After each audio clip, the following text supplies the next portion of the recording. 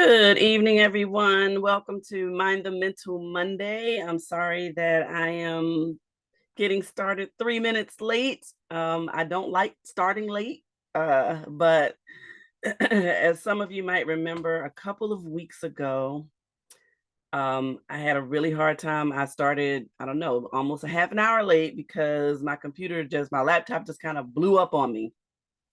But so I finally got my laptop back. What I had to do was get it wiped clean. I was able to get the files that I needed from it. So I'm grateful for that. Now but I just got it back recently and just forgot that I needed to there was like I had to download Facebook again and or log back into Facebook. I had to download Zoom again. so I was sitting here like, oh my goodness, I didn't realize I had to do all these things, but I'm glad and grateful to be here. I do want to take a moment before getting into the topic tonight to just say how grateful to God I am. So as a part of the Christian faith, this is Holy Week. This is the week that leads up to Jesus's crucifixion. And I just have to say how grateful I am to Jesus for giving his life for us, for the entire world, whether you accept him or not. He still gave his life for everyone. And even though we didn't do anything to deserve that, and he didn't do anything to deserve what the death that he got. But what I'm really grateful for is that he got up. And I'm even more grateful to know that he's coming back. And I just want to be ready when he comes back. And so I want to, just say tonight how grateful I am for all that he has done in my life. And even things that seem little, even little things like the agitation that I had tonight. First of all, I'm going to be completely honest here too. I completely lost track of time. I'm lollygagging, I'm cooking dinner. I'm thinking for some reason, I thought it was like 6:45 or something like that. I looked at the clock, it was 7:30, y'all. And 7:30, I'm usually like kind of getting ready. My team and I kind of meet at 7:45 because we always like to have prayer. So I'm grateful that I have a team that prays for and with me. It's a blessing to have that. So I'm really just grateful for all of it. I'm also grateful to have not only a team, but for some of you who listen in on Mind the Mental Mondays, whether you listen live or listen to the replays on YouTube, subscribe to my YouTube channel, Benita Weathers 329. Go and subscribe so that you can see all the replays. But again, this is another just vulnerable moment. There is a topic tonight, and I'm going to get there, I promise you.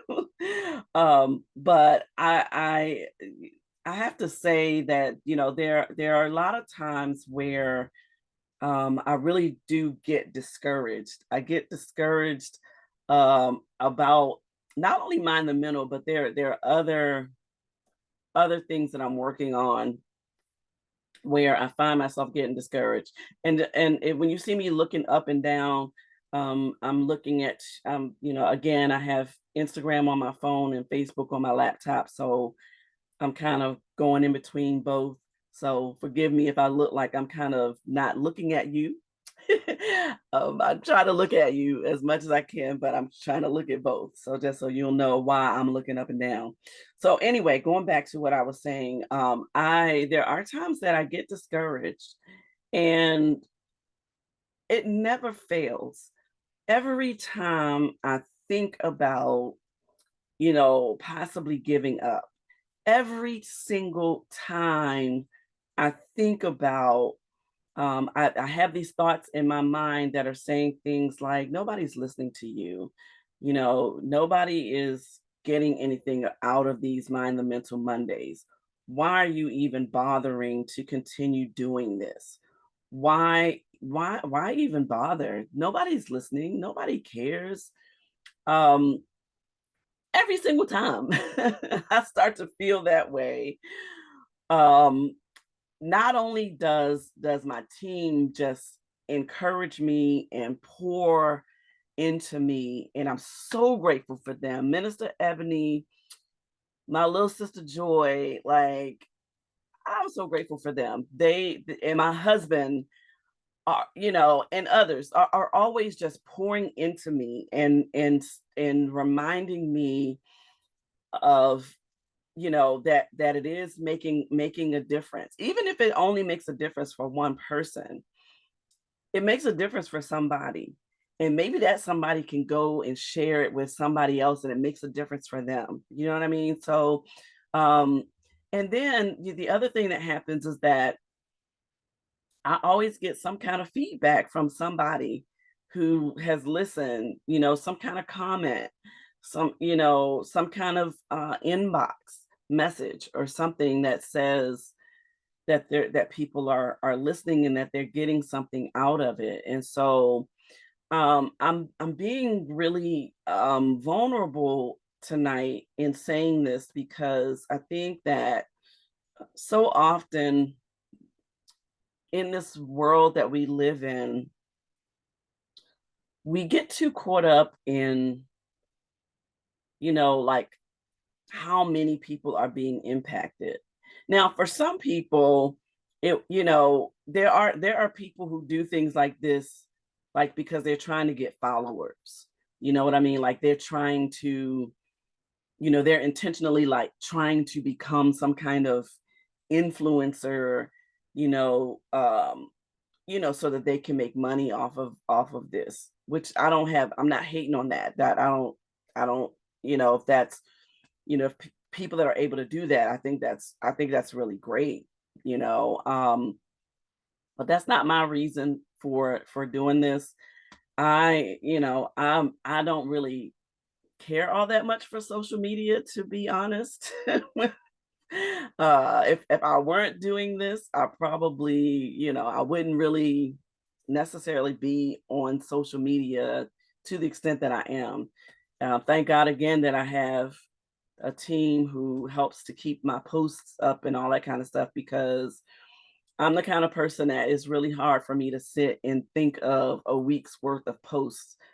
Um, when I do a post, it's because I got the unction to do it. It's almost like the Holy Spirit said, "Do this post," and I do it. And if I don't get that kind of message to say or do something, I'm not one who is big on hearing myself talk for the sake of talking. If I'm saying something, it's because God put it on my spirit to say. And if God put it on my spirit to say, who am I to then say that nobody's listening or nobody's getting something out of it? Because I truly believe that He would not put things on my spirit to talk about if, in fact, nobody was listening. So I know that that's the enemy, trying to, play with thoughts in my head.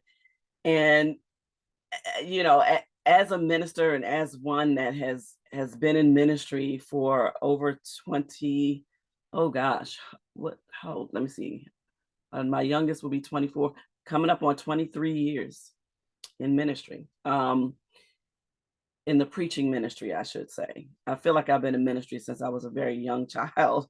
um, but I'm just saying that I'm keenly aware of the tactics of the enemy, who tries to get in your head and tell you what you're not, and tell you that what you're doing is not making any kind of an impact or a difference.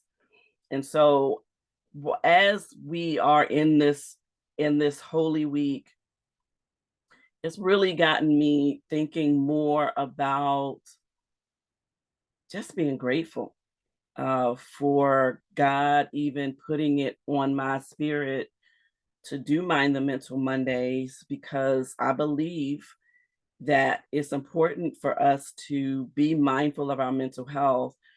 And a lot of the things that I say here on Mind the Mental Monday are things that, I'm sort of like preaching to myself before, it's like I'm speaking to myself, or the Holy Spirit is speaking to me about something that I either am going through or something that I have been through, that I believe that I'm not alone. So, I want those of you who do listen, first of all, thank you for those of you who listen, those of you who even take the time to comment or to send messages. I really appreciate that. And the encouragement really does make a difference. It really does mean a lot to me. And I really do mean that with my whole heart. Thank you.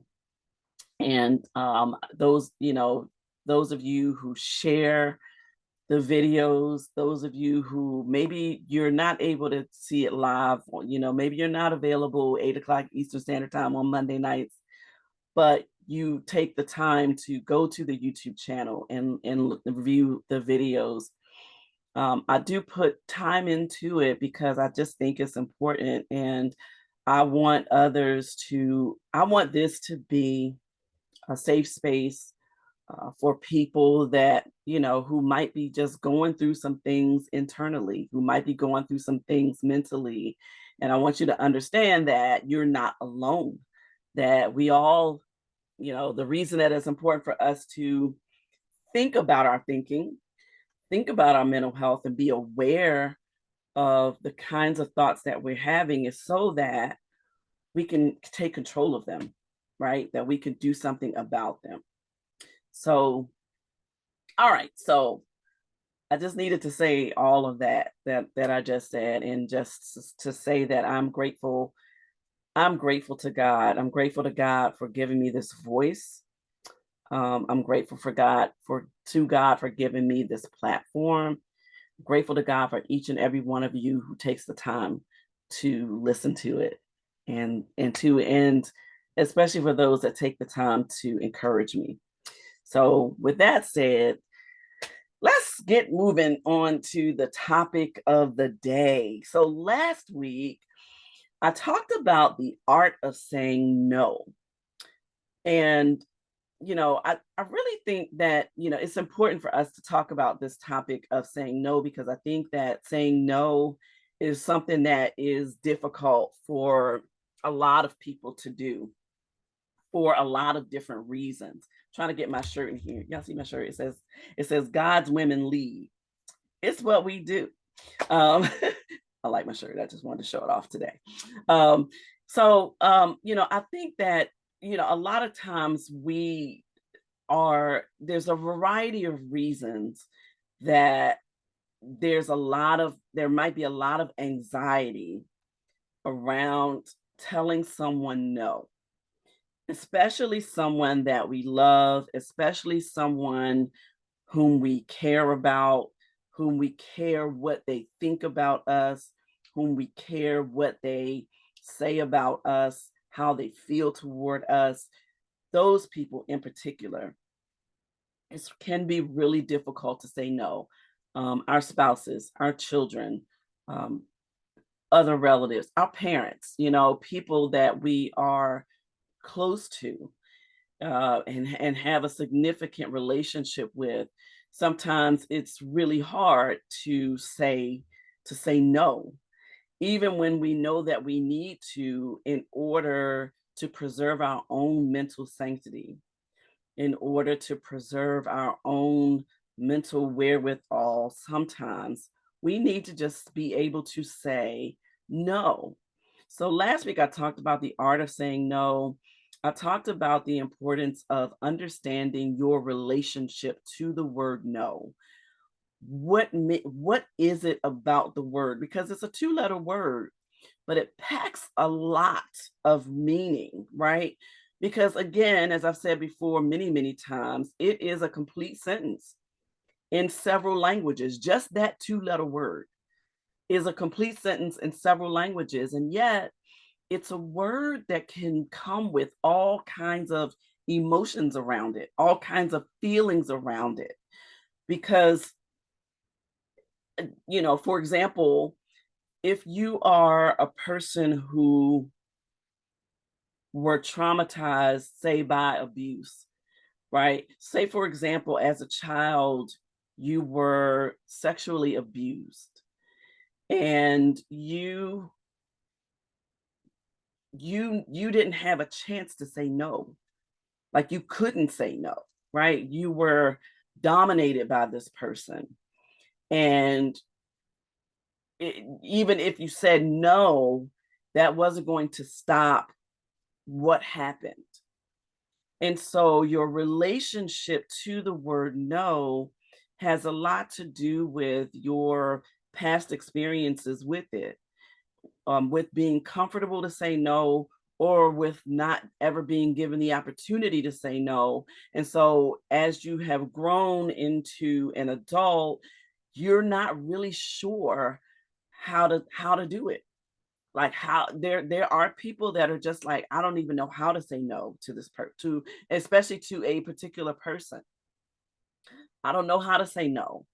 I don't know how to say I don't feel like it. I don't want to go out with you tonight. I want to be by myself tonight. There are a variety of scenarios that we can think about around this little word no. And so, last week, I talked about that and just how, we one of the ways to or part of the art of saying no is that just like with any and everything else, it's something that has to be practiced.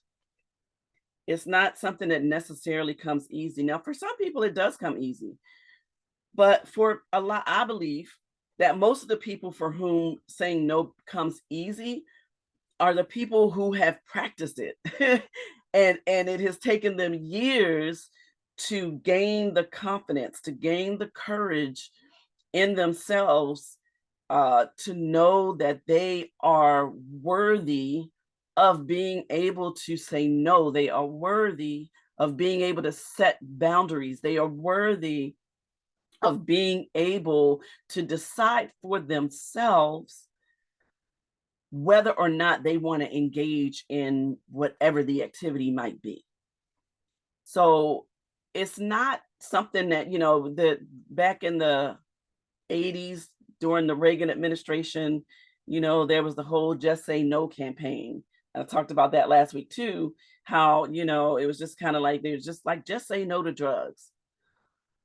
It's not that easy. It's not a, oh, just say no.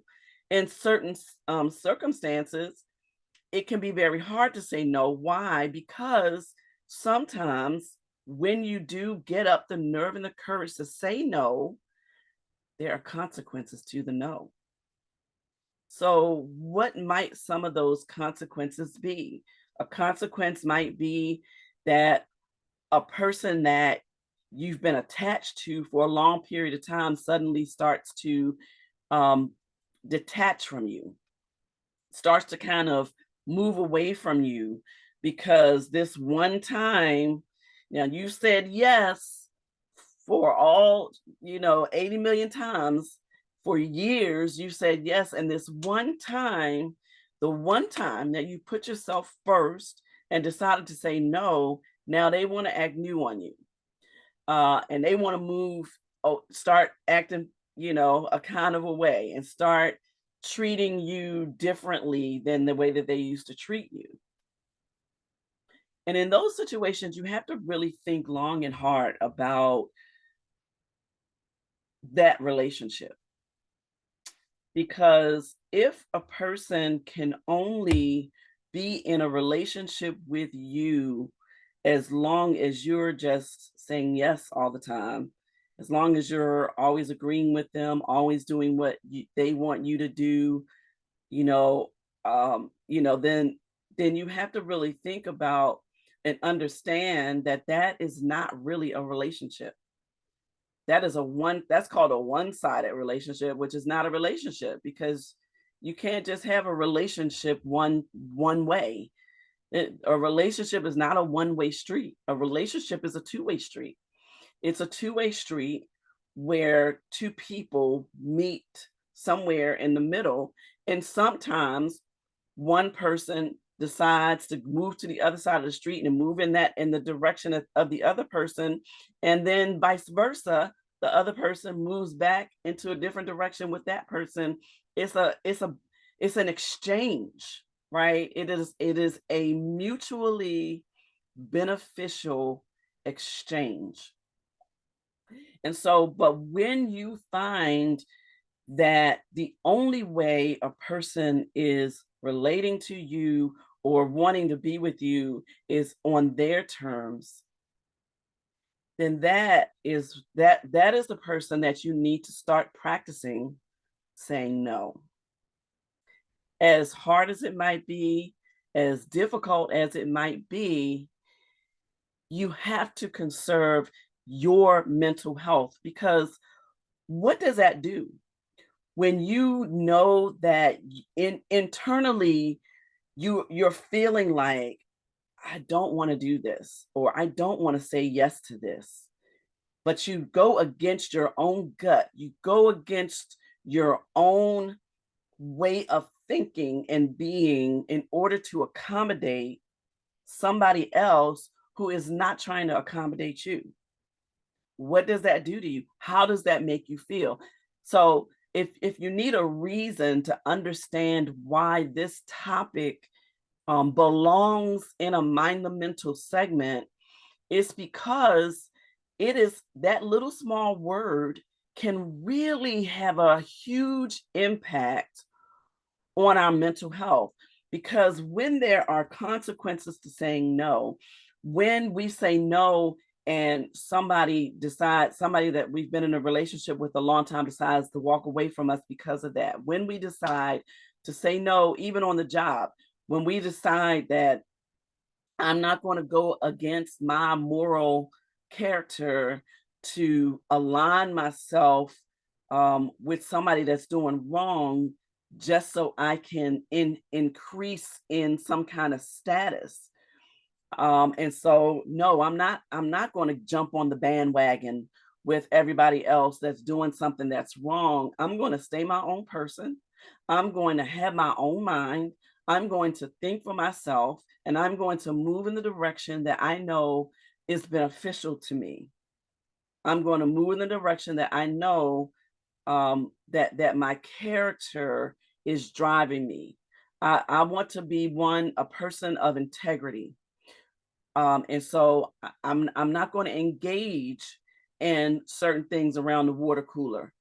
I'm not going to sit up and have talk negatively about my coworkers to another coworker. I'm not going to do it. I'm not going to engage in that. I'm going to say I'm not going to engage in this conversation. I'm going to get back to work. You have a blessed day and really mean that thing. Like, no, I want you to have a blessed day, but understand that I'm not going to get caught up in your stuff. I'm going to say no. No, I will not allow you to dump your garbage in me. No, I am not your wastebasket. No, I can't talk to you or be there for you right now because I don't have the capacity. I don't have the capacity to handle your problems. I don't have the capacity to be your therapist. I don't have the capacity right now to be anything for you because I'm going through some stuff myself. So right now, no, I can't talk to you right now. No, I can't, I can't step away from whatever it is I'm engaged in to help you with what you're doing. I can't do it. So so there can be consequences to saying no. And it's something that we have to be ready and willing to accept. When I was growing up, um, I was that kid. I actually was a good kid, and I'm not just saying that. I really was a good kid for the most part. But I also was that kid that I was going to do what I wanted to do. And I would accept the consequences, whatever they were. I was going to do what I wanted to do, and I was going to tell the truth about it and let the chips fall where they may. I just have always been. I was just that kid. Like I'm gonna do me. I'm gonna do what I want to do. Um, and that's that. I just had to accept the consequences, and you know, and I did. So, so it's one of those things that you have to accept the consequences that you might face as a result of saying no, but also understand that something that you might gain from saying no in a time, especially those times where in your gut you feel it in your gut, and when you say yes to it, you just feel icky.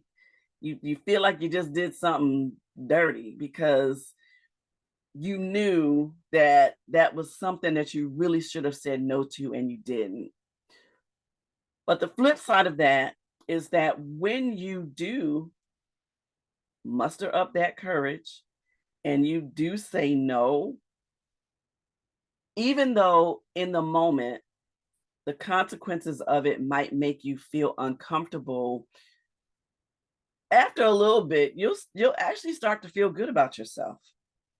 You'll actually be able to look at yourself in the mirror and be proud of who you see. And you'll be able to say to yourself, I did that. I never thought I'd be able to say no to this person.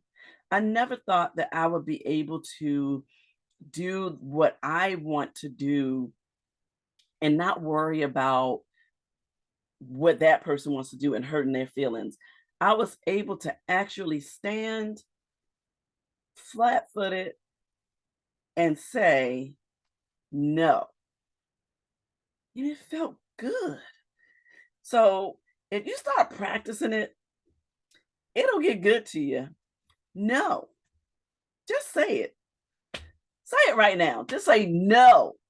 Wherever you are right now, I want you to say no, no, no, no. How did that feel? How did it feel for you to just say the word no? Um, put it in the chat. Put in the chat. How does it feel to just say, to be able to say no? So you won't be able to just say it necessarily. It's something you have to work up to. You have to work up the courage. But I'm telling you, once you do it, once you work up that courage and once you actually say it, you will begin to feel good about yourself because you will do what you felt like you need to do in your spirit. And that is a good place to be. It is a good place to feel good about yourself, even if somebody walks away from you. And guess what? Sometimes it's time. It's time for that person to walk away. It's just time. That season is done. It's a wrap. So, so it bees like that sometimes, right? You just gotta you have to just get it in you. As difficult as it might be, as difficult as it might feel, know that no is a word that holds with it a lot of power. And it is not a power that you ought to hand over to somebody else. It's a power that you are to maintain within yourself. And yeah, let the chips fall where they may. I mean, there are going to be people that's not going to like it. There are going to be people that's used to you just always, being there. And I think that, too, the other thing that we have to think about in terms of consequences of saying no is really not even just from the other person's perspective, but sometimes the reason that we say yes in times where we should say no is that we want to feel needed. We want in some way, shape, or form to feel like somebody needs us. And so that is something that it needs to be worked out internally. Why do I feel like I'm a yes person all the time? Why do I feel like I am always kind of giving up giving up of myself, to always be there for someone else? What is it what is it about that? What is it about me being the one that somebody feels like they need to come to? What is it about me? Why do I feel like I need to be needed in that way? Um, and it can be a hard look. I always say how though that in when you look internally at yourself, that looking at yourself, whew, it can be a hard thing to do. It can be a really, really hard thing to do. It's much harder to look at yourself than it is to look at anybody else. And so, why do you feel like you need to be everybody's savior? Why do you feel like you need to be Superwoman or Superman? Why do you feel like you need to be the one to save everybody? Because guess what? The only person who had the capacity to be the lamb that was slain for the world is Jesus. It wasn't even Jesus, it was Jesus. So if that's not you, then you don't have to be the savior of the world because Jesus did that a long time ago on the cross. He already did it. Like that work is done. It's a done deal. It's a wrap. He did that so that nobody else would have to, right? So we have to look internally and try to understand, why do we feel like we need to be the savior? Why do we feel like what does that do for us? Is it our own arrogance? Is it our own pride to think that if we said no to somebody that they just gonna die? If we say no, then it's just not gonna happen any other kind of way? Or maybe we don't want it to happen some other way. Maybe we want to be the ones to be able to say that it's because of me that this is happening for you. So this thing about saying no is not just flipped on the other person. Sometimes we have to look at our motives for not wanting to say no. My husband, when he's preaching, he says you don't have to say amen. He said you don't have to say amen, just say ouch man or oh man. Because the truth of the matter is that sometimes we want the praise. So sometimes we don't say no because we want to feel like we are the ones that is giving of ourselves to somebody else and making, and in essence, making that person in some ways who they are. Um, Ebony mentioned the feeling of rejection that can come with saying no. That is another consequence, potential consequence of saying no, that we feel rejected, that somebody might, because we've said no, they reject us. And as I mentioned earlier, yeah, they might reject us. They might walk away from us. But why are we afraid of having people to walk away? I'm a firm believer that even when it hurts, that there are that God intervenes in some of our relationships in such a way that he severs some relationships that are not good for us. He severs relationships that are toxic.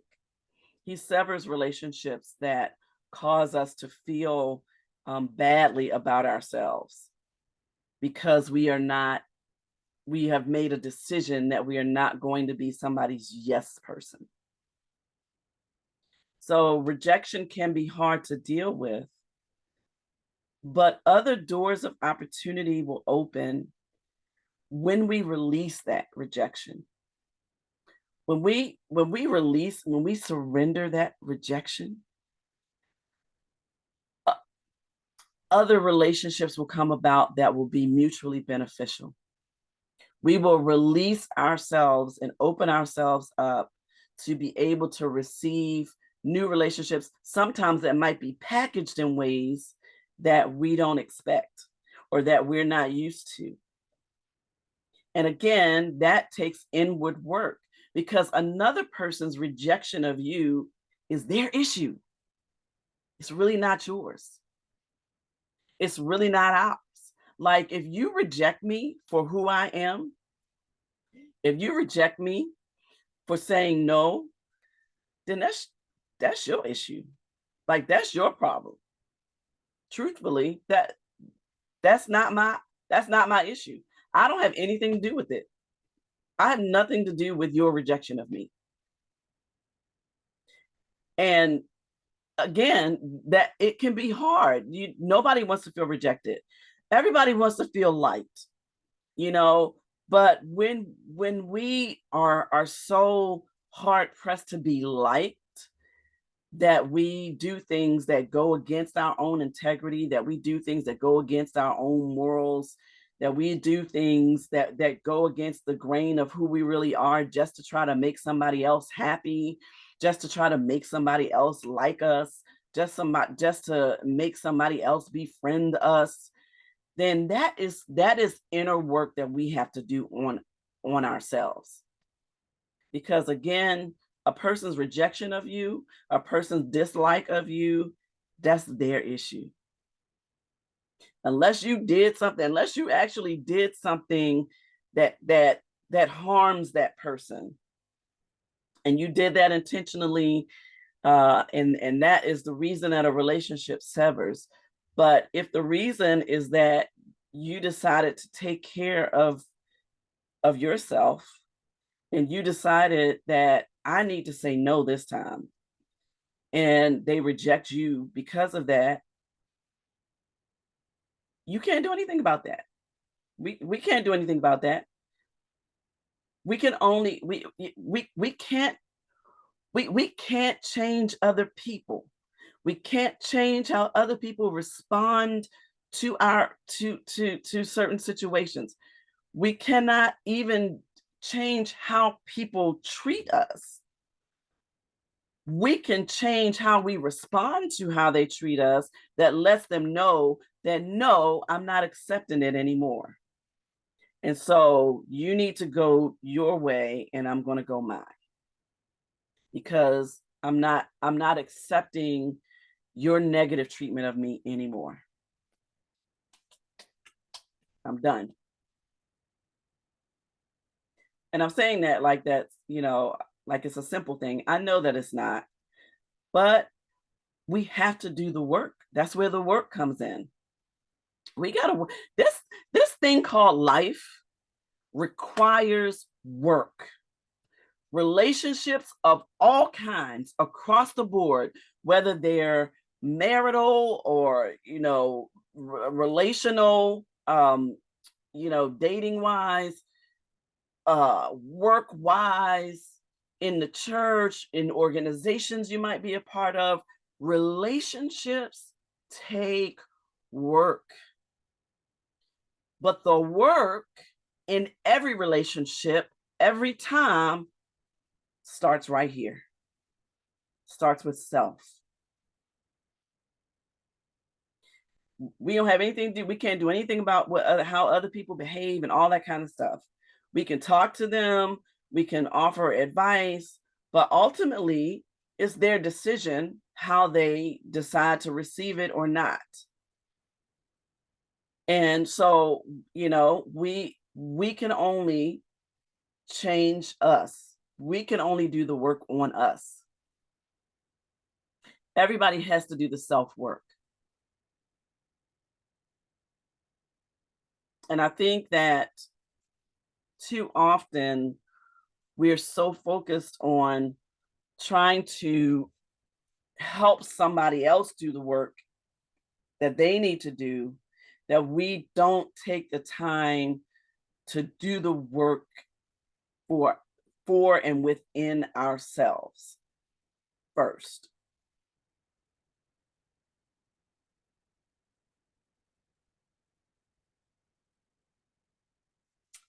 So um I have said a lot tonight. um and I think I'm gonna get some other opinions on this word no. So I think I don't think I'm finished talking about it. Uh this concept of no.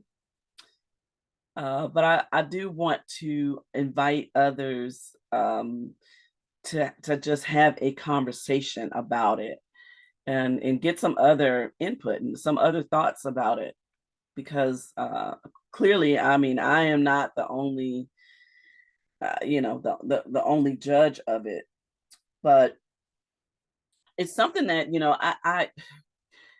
I think we hear it a lot. We hear people saying, to set those boundaries, to say no. But when it comes down to it, it is actually hard to do. It really is. It's really hard because, especially again with people that we are in some kind of relationship with, somebody that we're close to, we don't want to hurt their feelings. And so we get afraid of, if we hurt their feelings, and they're gonna, think that we just don't want to have anything to do with them anymore. And that's not the case.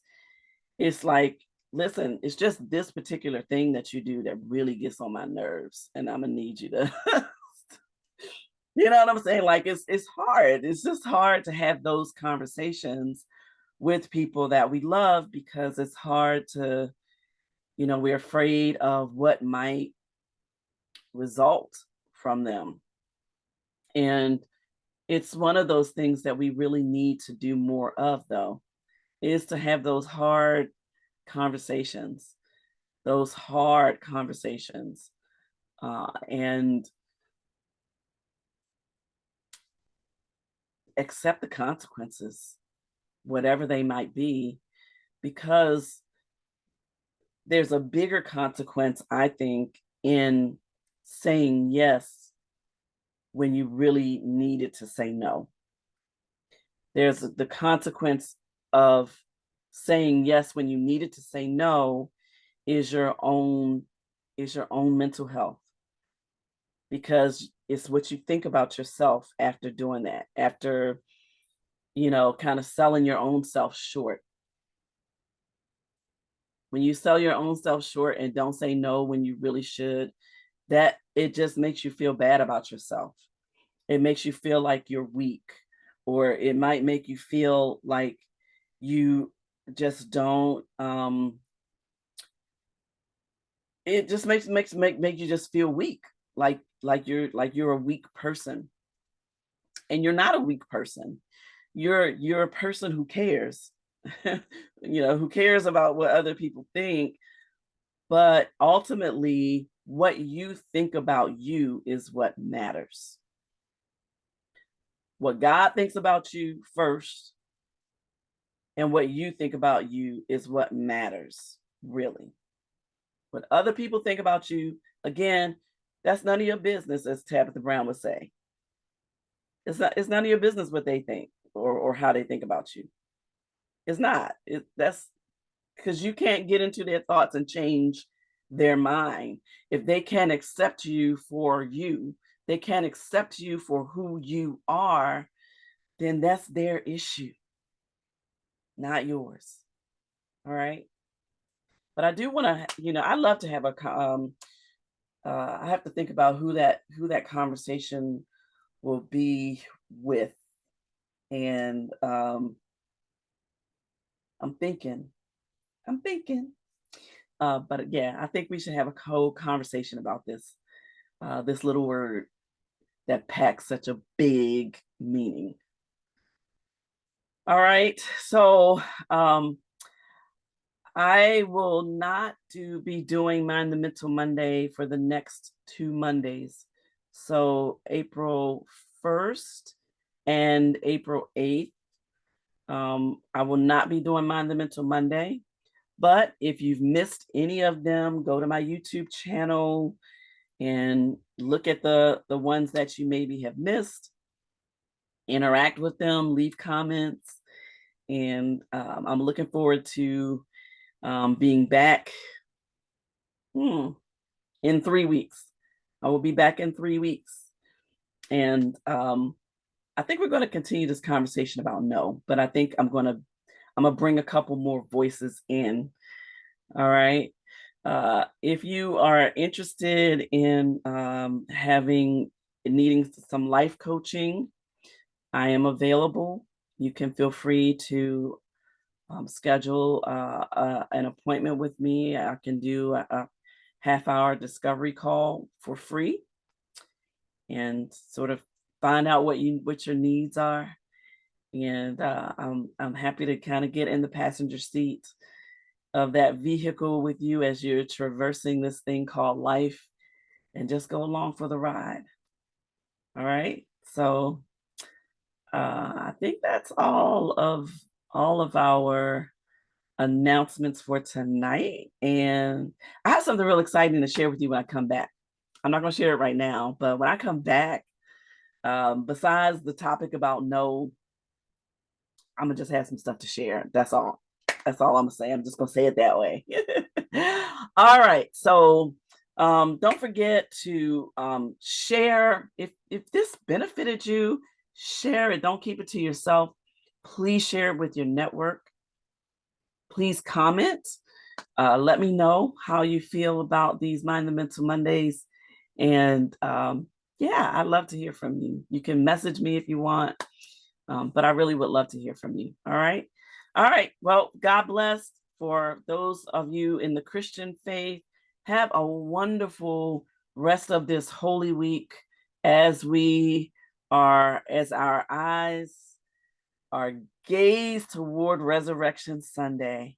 And I pray that if you find yourself in a dead situation, that you will allow Christ to resurrect in you. You don't have to stay there. And guess what? When you get up out of your dead situation, don't forget to take off the grave clothes. Don't keep those grave clothes wrapped around you because you can't really move. All right. So let that resurrection power take complete control. Take off them grave clothes and strut. All right.